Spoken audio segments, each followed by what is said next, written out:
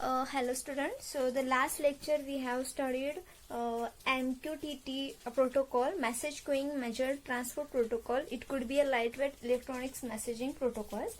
तो तुम्ही शिकला आहे आणि तुम्हाला समजलं असेल I hope. Then the next point is MQTT protocol architecture. There are some stages of the MQTT protocol. The first one is connection and the authentication. Connection and the authentication. In this stage, the client, like a mobile or the laptop, initialize the TCP/IP connection with the broker server using the standard port or the port defined by the network operator.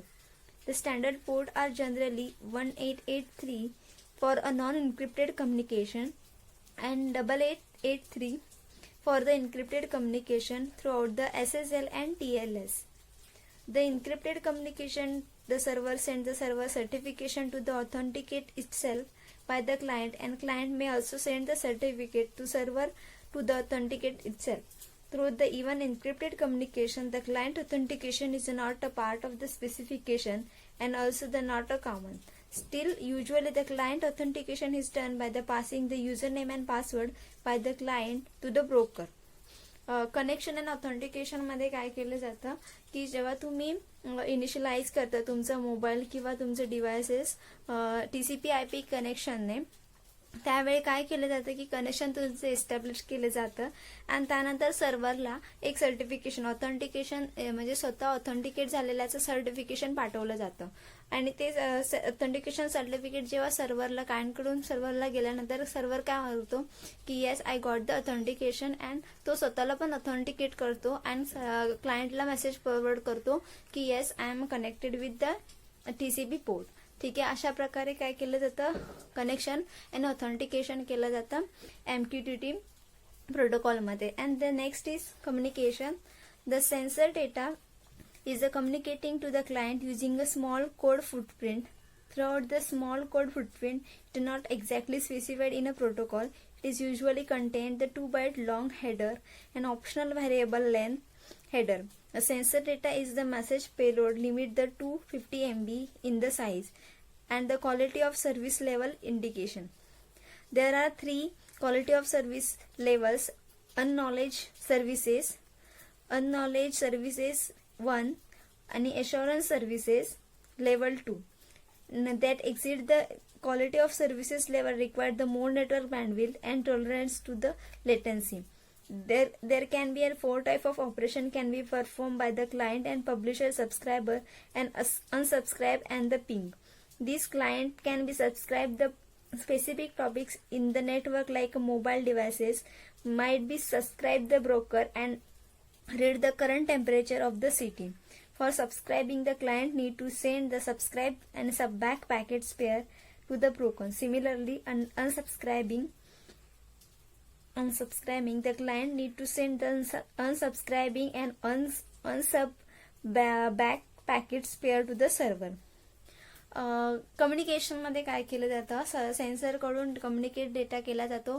Client जो काय data आहे तो small footprint मध्ये data send करतो. त्याची limitations किती आहे की 250 MB पर्यंत डेटा तो काय सेंड करू शकतो. ह्याच्यामध्ये काय आहे क्वालिटी ऑफ एश्युरन्सचे ज्या लेवल्स आहेत त्या 4 लेवल्स आहेत. 0 quality of assurance level 0, acknowledgement services 1 level 1, assurance level 2 and 4. अशा प्रकारे 4 लेवलमध्ये तुमचा जो डेटा आहे तो ट्रान्सफर केला जातो एकमेकांशी आणि त्यामध्ये 4 तुमचे ऑपरेशन्स होतात. ते म्हणजे काय, subscribe, unsubscribe, tweak and publish. तुम्ही फॉर एक्झाम्पल घ्यायचं झालं तर MQTTचं मेसेंजर, फेसबुक मेसेंजर, त्याच्यामध्ये तुम्ही बघा सबस्क्राईब करू शकता, अनसबस्क्राईब किंवा पिक करू शकता एखाद्या पर्सनला आपल्याला फॉलो करण्यासाठी. मग हे काय झालं ते एक लाईव्ह एक्झाम्पल आहे, डेली लाईफ मधलं एक्झाम्पल आहे. फेसबुक मेसेंजर ते काय आहे MQTT प्रोटोकॉल फॉलो करतो. सो पिंग म्हणजे तुम्हाला माहित असेल सबस्क्राईब करणे, अनसबस्क्राईब करणे, पब्लिश करणे, हे सगळे वर्ड्स तुम्हाला कानावरून गेलेले असतील. सो ते जे वर्किंग आहे, ते जे काम आहे ते कम्युनिकेशन मध्ये MQTT प्रोटोकॉल करतो. And the next is termination. The publisher or the client can be terminate the connection by sending the disconnection message to the broker, after which the TCP/IP connection is closed. टर्मिनेशनमध्ये काय केलं जातं, जसं connection establish करण्यासाठी message केला जातो की यास authenticate करायचं आहे, कनेक्शन चालू करायचं आहे. सेम वे जेव्हा TCP/IP कनेक्शन तुम्ही क्लोज करता आणि त्याला मेसेज केलं जातं की आम्ही आता कनेक्शन क्लोज करतोय किंवा डिस्कनेक्ट करतोय, सो त्यानंतर काय होतं की तुमचं दोघांचं कम्युनिकेशन स्टॉप केलं जातं आणि तुमची जी प्रोसिजर आहे ती टर्मिनेट केली जाते. So this is the stages of MQTT protocol. So the next point is alternate protocol for IoT environment. IoT environment साठी तुम्ही एक प्रोटोकॉल बघितला, तो म्हणजे MQTT. So the same way alternate protocols काही IoT एन्व्हायरमेंट्सला प्रोव्हाइड केलेले आहेत, ते बघूया आपण.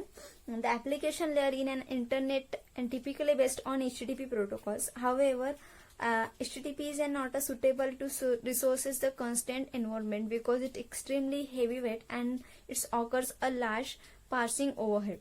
So there are many alternate protocols has been developed for the IoT environment.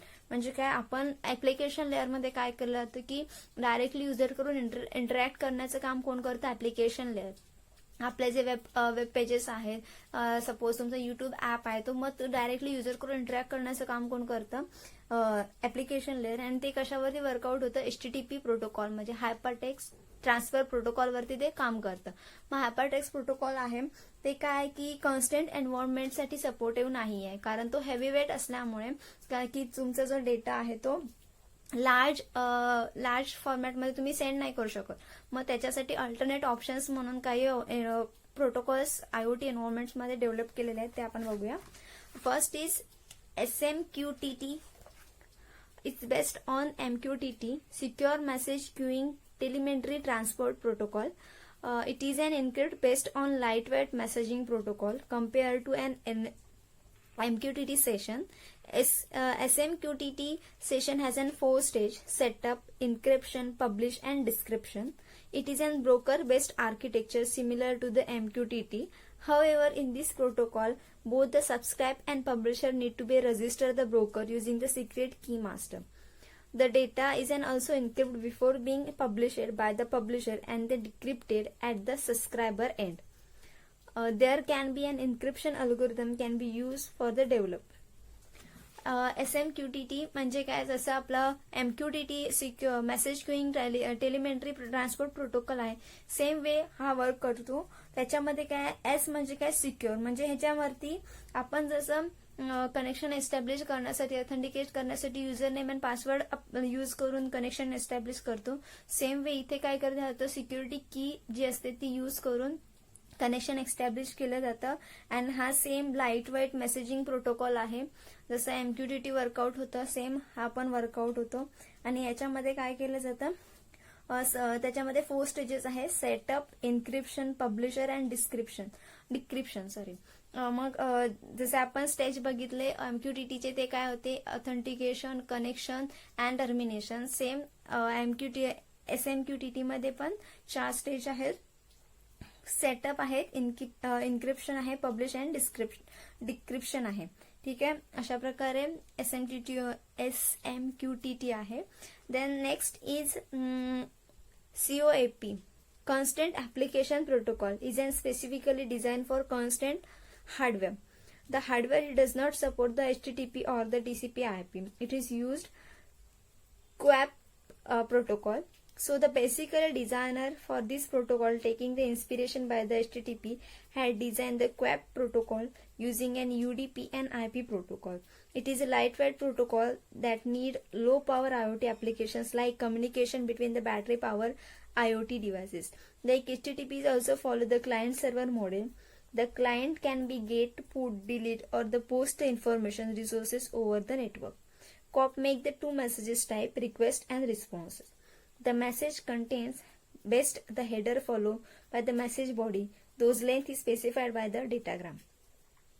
QAP काय आहे, QAPने काय केलं जातं, कॉन्स्टंट ऍप्लिकेशन प्रोटोकॉल आहे. म्हणजे आपला HTTP जो आहे तो नेटवर्क प्रोटोकॉल असल्यामुळे तो हार्डवेअरशी कम्युनिकेशन करत नाही. सो QAPने काय केलं जातं, आपले जे नॉर्मल हार्डवेअर आहेत, फॉर एक्झाम्पल एखादे डिव्हायसेस आहेत ते तुमचं हार्डवेअर झालं, कीबोर्ड सीपीयू तुमचे हार्डवेअर्स आहेत, मग हार्डवेअरशी कम्युनिकेट करण्यासाठी हा प्रोटोकॉल यूज केला जातो. हा लाईट वेट प्रोटोकॉल आहे आणि त्याच्यामध्ये काय रिक्वेस्ट अँड रिस्पॉन्स ह्या दोन ऑपरेशन्स होतात. एक रिक्वेस्ट केली जाते, त्याच्यानंतर वर्किंग होऊन त्याच्यानंतर त्याचा रिस्पॉन्स दिला जातो, जसं क्लायंट अँड सर्व्हर मध्ये होतं तसं. सो क्वॅप कशासाठी यूज केलं आहे की हार्डवेअरशी इंटरॅक्ट करण्यासाठी क्वॅप हा प्रोटोकॉल यूज केलेला आहे. Then next is DDS, Design by Object Management Group, Data Distribution Service. Is the M2M application layer protocol for the real-time system based on publish subscribe pattern like MQTT, and the protocol architecture nodes configure as a publisher and subscriber or both. This protocol does not require any networking middleware, so the publisher can be releases the information on the specific topic. Like a temperature sensor can be released the current temperature of the location, and the protocol itself manages the delivery of the subscriber, like a mobile device showing the current temperature of the location. DSS means what? Data Distribution Services. हा काय आहे? M2M म्हणजे machine to machine protocol application layer वरती चालणारा आहे. त्यामध्ये काय केलं जातं? पब्लिशर असतो, सबस्क्रायबर असतो. जसं MQTT मध्ये पब्लिशर सबस्क्रायबर असतं, सेम वे असतो. याच्यामध्ये काय केलं जातं? और एक्झाम्पल दिलंय त्यांनी की like a temperature sensor may be release the current temperature. म्हणजे टेम्परेचर सेन्सर जो असतो तो आपला करंट टेम्परेचर किती आहे तो शो करतो. तुम्ही तुमच्या मोबाईलमध्ये सुद्धा बघू शकता. सध्याच्या मोबाईलमध्ये असं इनबिल्ड केलेलं आहे की तुम्ही करंट टेम्परेचर किंवा किती रेन, सध्या रेनी सीझन असल्यामुळे किती हेवी रेन होऊ शकतो ह्याची पण इन्फॉर्मेशन तुमच्या मोबाईलमध्ये दिली जाते. ती कशा थ्रू दिली जाते की DDS ने तुम्हाला ही जी इन्फॉर्मेशन आहे ती तुमच्या मोबाईलमध्ये शो केली जाते. ह्याच्यासाठी कुठलाही नेटवर्क म्हणजे तुम्हाला आता कम्युनिकेट करण्यासाठी जसे वेगवेगळे प्रोटोकॉल्स लागतात किंवा नेटवर्क लागतं, तुम्हाला इंटरनेट लागतं. मग ह्या प्रोटोकॉलसाठी नेटवर्कची गरज नाही, इंटरनेटची गरज नाहीये. ठीक आहे. Then next is ZAMP, Extensible Messaging and the Presence Protocol. ZAMP is an XML based messaging protocol. XML is a markup language used to encoding the document, which is both the human readable as well as machine readable. XML involved to extend the HTML that's allow the additional of the custom tags and element to the webs. As an extension of the HTML, it's allow the structuring of the data along with the extensibility. Traditionally, ZAMP can be used the real-time communication, instance the messaging, presence, multi-party chat, voice and video calls, collaboration, content synchronization, etc. ZAMP काय आहे? Extensible messaging and presence protocol. ZAMP हा XML extensible markup language, तुम्ही HTML ऐकलं असेल, hypertext markup language. ZAMP काय आहे? Extension of HTML. So HTML मध्ये काय असतात? तुमचे पर्टिक्युलर त्यांचे इनबिल्ट टॅग असतात. आणि देन ZAMP मध्ये तुम्ही काय करू शकता की तुमचे इनबिल्ट तुमचे जे काय टॅग्स आहेत ते तुम्ही क्रिएट करू शकता. हे तुम्ही शिकलं असणार. सो ZAMP हे काय आहे? ZAMP हे XML बेस्ड असल्यामुळे त्याच्या थ्रू तुम्ही काय करू शकता? रिअल टाइम कम्युनिकेशन करू शकता, मेसेजिंग करू शकता, चॅट, मल्टी पार्टी चॅट म्हणजे तुम्ही आता व्हिडिओ कॉन्फरन्स कॉल करता, कॉन्फरन्स चॅट होतं तुमचं, व्हॉइस कॉल होतं, व्हिडिओ कॉल होतं, ते कशा थ्रू होतं? ZAMP थ्रू होतं. ते काय? एक्सटेन्सिबल मेसेज अँड प्रेझेन्स प्रोटोकॉल. ते एक्सटेन्सिबल आहे, तुमचं ZAMP आणि HTML एक्सटेंड करून ते त्याच्यावरती वर्कआउट करतं. ठीक आहे. Then next is AMQP, like a ZAMP Advanced Messaging Queuing Protocol, is also an open standard application layer protocol for messaging oriented middleware. It is used for the passing a business message between the application or the organization. It connects the system feeds business processes with the information they need the reliability transmit the instruction and they achieve their goal. This is an incorporatable and cross-platform messaging standard. It is an protocol architecture that message along with the header as passes by the client to the broker or exchange. AMQP, like a ZAMP, Advanced Messaging Queuing Protocol.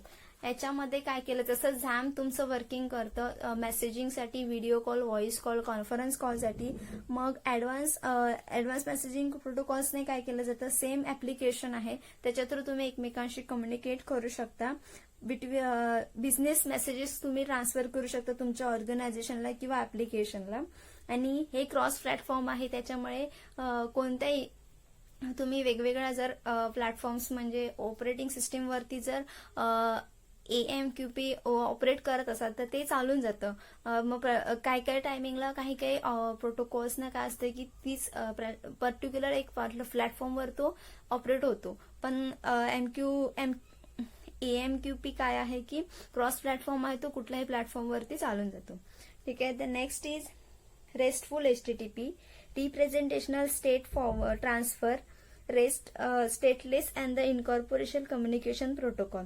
The protocol allows to identifying the web resources, informational resources by unique URLs. Let driver them an HTTP, JSON, XML file. These resources expose as the directory structure URL. A client can access the resources to get, put, delete, or the post messages to represent where the representations were are the data object and their attribute in an XML, HTTP and JSON format. RESTful HTTP काय आहे, रिप्रेझेंटेशनल of state transfer. ह्याच्या through काय केलं जातं, आपला जो data deliver करतो आपण HTTP थ्रू किंवा JSON थ्रू किंवा XML फाईल आहे, मग त्याचे जे URL मध्ये एक्सपोज करण्याचं डायरेक्ट करण्याचं काम कोण करतं, RESTful HTTP करतं. ठीक आहे. Then last is MQTT-SN. MQTT Sensor Network is an open and lightweight publisher and subscriber protocol designed to specifying the constant devices, that is wireless sensor network. The wireless network sensor which does not have an TCP/IP stack on the top of the like ZigBee based wireless sensor network or the Bluetooth based WSN. We can send the data to the internet with the MQTT-SN protocol. MQTT-SN is designed to be as close possible to MQTT, but adaptation to the particulars of the wireless communication environment such as low bandwidth, high link failures, short message length, etc. It is also optimizing the implementation on a low cost battery operator devices like limited processing and the storage resources. As compared to MQTT, the following changes have been introduced in MQTT-SN. MQTT-SN काय आहे, जसं MQTT तुमचं आहे same वे MQTT-SN आहे, but त्याच्यामध्ये काही extension add केलेलं आहे. त्यामध्ये काय की MQTT मध्ये जो शॉर्ट मेसेजेस तुम्ही पाठवू शकता किंवा त्याचं एक पर्टिक्युलर लिमिट आहे, त्याच्या थ्रू तुम्ही मेसेज ट्रान्सफर करू शकता. मग तो जो प्रॉब्लेम आहे तो रिड्यूस करून MQTT-SN इम्प्लिमेंट केलेला आहे. सो ते जे काय लिमिटेशन्स MQTT मध्ये होते ते सगळे लिमिटेशन्स ओव्हरराईड करून MQTT-SN इनबिल्ड केलाय. ठीक आहे. अशा प्रकारे तुम्हाला अल्टरनेट प्रोटोकॉल समजले असतील IoT एन्व्हायरमेंट मधले. MQTT तुम्हाला क्लिअर कट समजला असेल. अँड आता आज काय आपण शिकलो की four stages of MQTT. So काही प्रॉब्लेम असेल, एखादा पॉईंट समजला नसेल तर तुम्ही मेसेज करून विचारू शकता. थँक्यू.